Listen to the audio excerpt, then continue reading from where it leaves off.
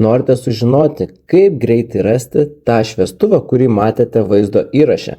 Naudokite Circle to Search by Google ir raskite viską, kas yra jūsų ekrane. Įsivaizduokite, kad matote kažką, kas jums patiko nuotraukoje, vaizdo įraše ar kur nors kitur.